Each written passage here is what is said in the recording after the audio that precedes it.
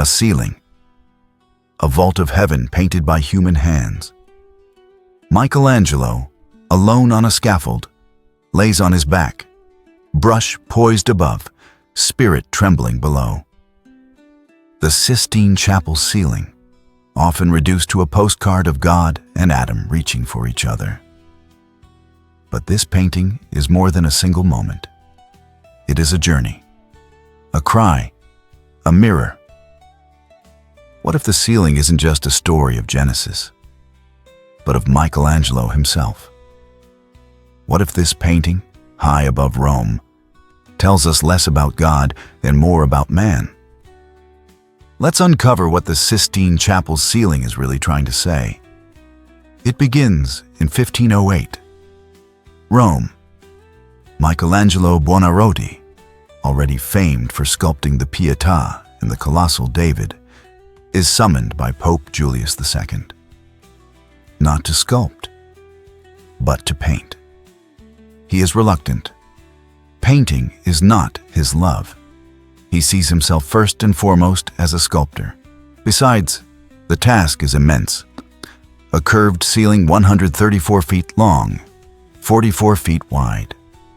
Fresco, a medium that demands speed, precision, and commitment. Michelangelo suspects a trap. Some historians believe that rivals, like Raphael, may have influenced the Pope to sabotage him. Yet he accepts. Why? Because Michelangelo is nothing if not obsessive. And because he believes that greatness lies in suffering, so he begins. Alone. He designs the scaffolding. He drafts the plans. He battles gravity, paint, and pride. It will take him 4 years. Step into the Sistine Chapel. Tilt your head. What do you see? 9 central panels, stories from Genesis, from the separation of light and dark to the drunkenness of Noah.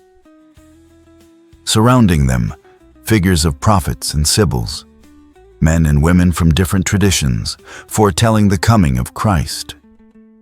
Between them, nude figures, ignudi, twisting, holding garlands, framing the sacred.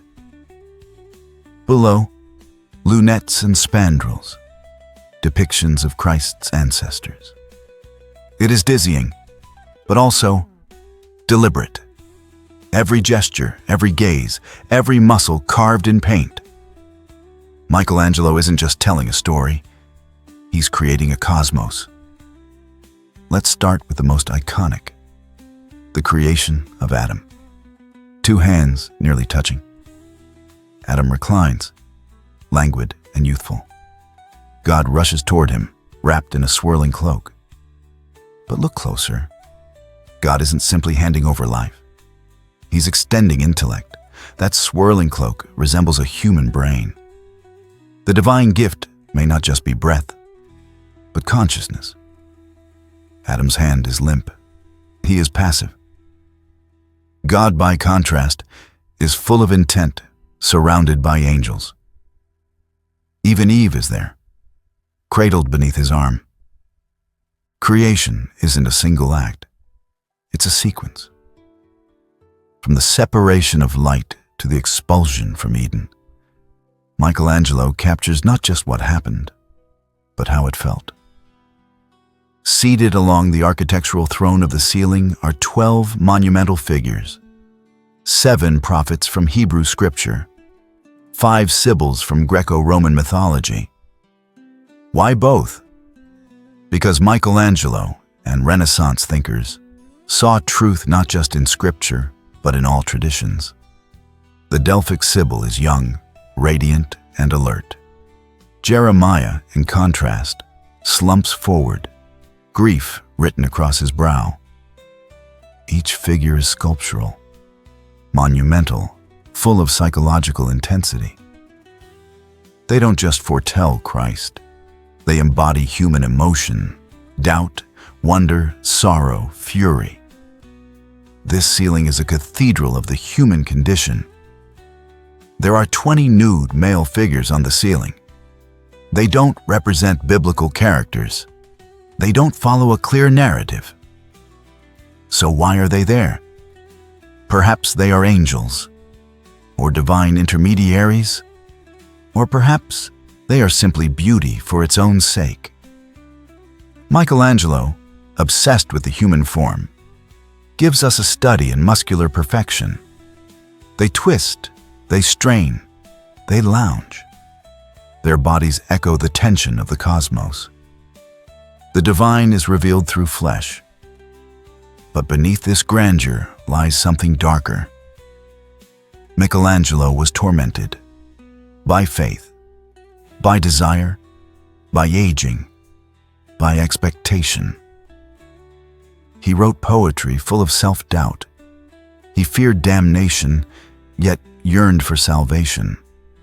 The ceiling is his theology, not of certainties, but of questions. The expulsion from Eden is raw. Adam and Eve cover their bodies in shame. An angel brandishes a sword. There is no triumph here, only exile.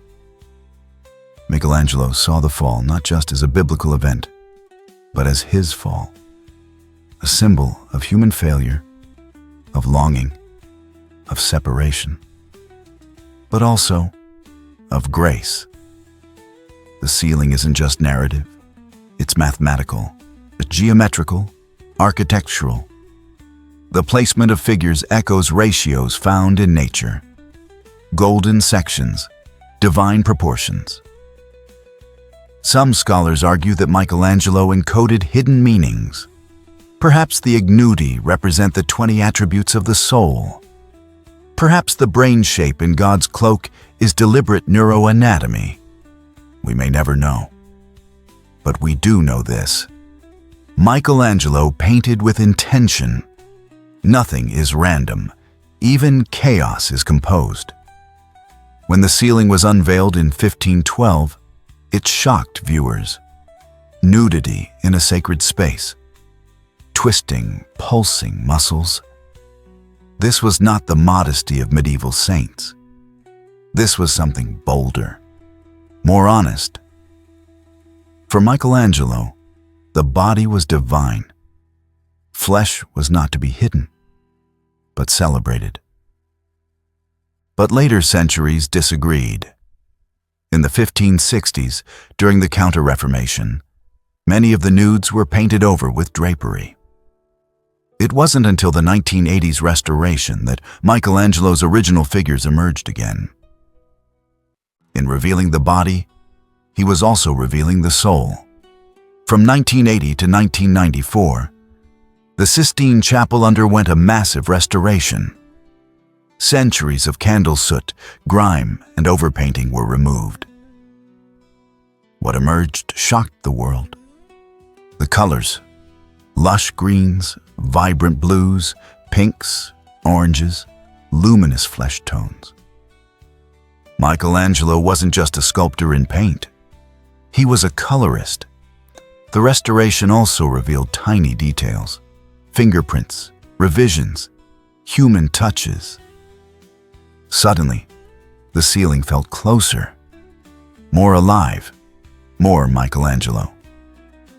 So what does it all mean? The Sistine Chapel ceiling is not just a biblical panorama. It's a psychological landscape, a philosophical statement, a personal confession. It is about creation, but also chaos, about fall, but also grace, about flesh, but also spirit. It is ultimately about being human. Michelangelo's genius was not in answering questions.